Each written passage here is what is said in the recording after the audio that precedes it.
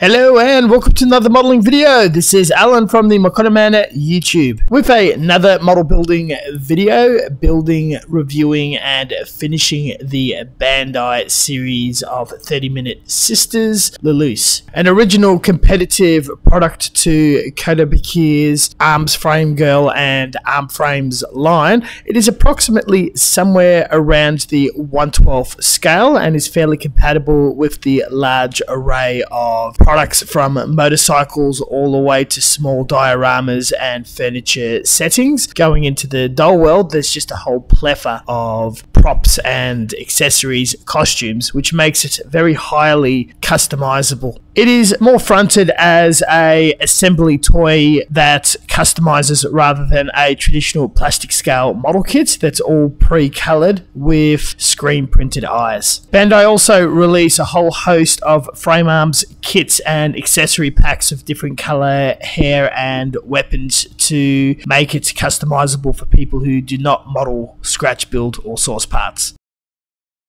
The line is fairly expensive at well over 2,000 yen or $50 Australian and only hosts 7 solid plastic runners. The instructions are dual language and fully comprehensive with color and 3D orientated images to show the assembly process and very easy to follow. The build process is very heavily focused on color separation and just requires to be cut or twisted off the runners being ABS with little to no hobby tools required. All assembly requires a snap fit process and articulation or all pivot joints. Fortunately, being ABS and very small at this scale, this will prove to be difficult later with chemicals and painting process. As a snap fit model, it's quite ideal and finishes off with a playable and articulated project. Taking a more scale modeling approach, I've cut and sanded everything back to not show any basic blemishes like nub marks and seams, and being all assembly with 2 parts connections, seam lines is quite common across this project and requires a little putty and sanding to fill, which was not a huge issue. Being more focused on color separation, masking was not really required by the painting session. In the way of complexity and entering for beginners, you'll be pleased to hear it's very easy and ideal for beginner or very young modelers who are interested in the mecha musume genre art style or just the anime aesthetic. In the way of presentation, sculpt and detail, it's very appealing to look at. There's extra pegs to put all the pre-mentioned accessories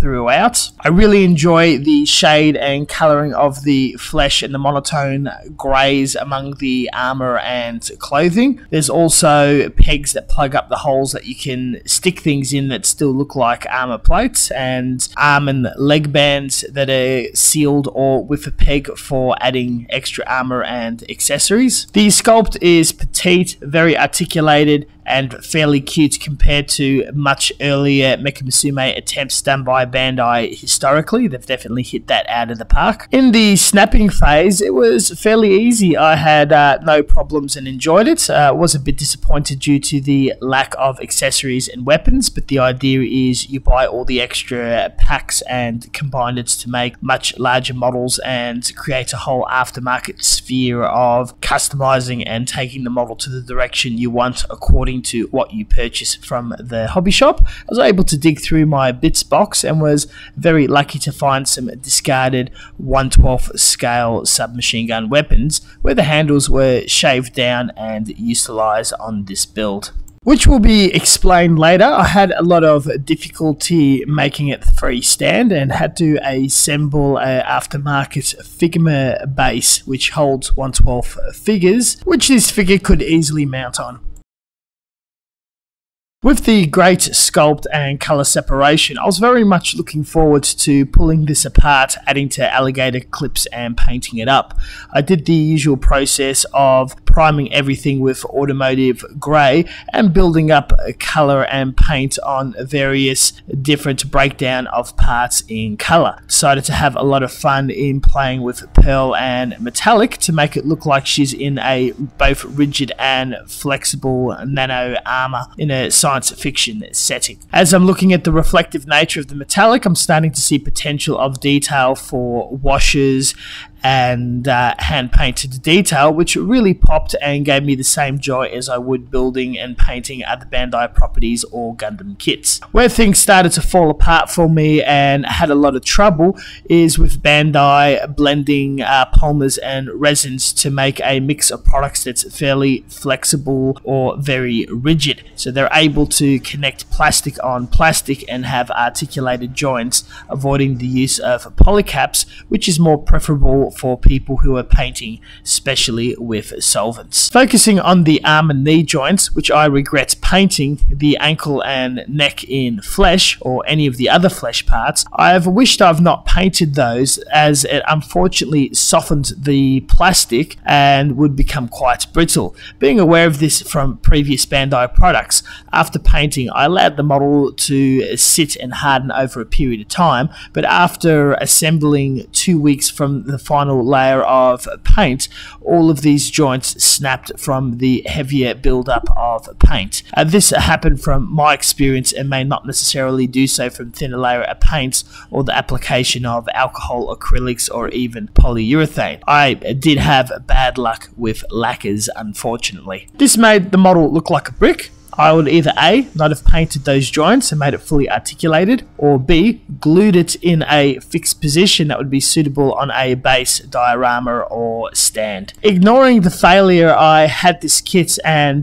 disappointment that should have been foreseen, I got some HQI part eye decals and decided to go for a much darker tan of flesh tone to experiment with brown or black skinned anime characters, which I would love to explore in garage kits in the far future. This focused on using more of a rustic dark red or weathered brown colors and then painting tan flesh tones with a tiny highlight of normal flesh right on top to give it that natural warmth flesh feel. Offset with pearls and metallics with a few different shades of finish, the actual paint job I was fairly pleased with, though with an open mouth and starry eyes, the expression is a bit bizarre.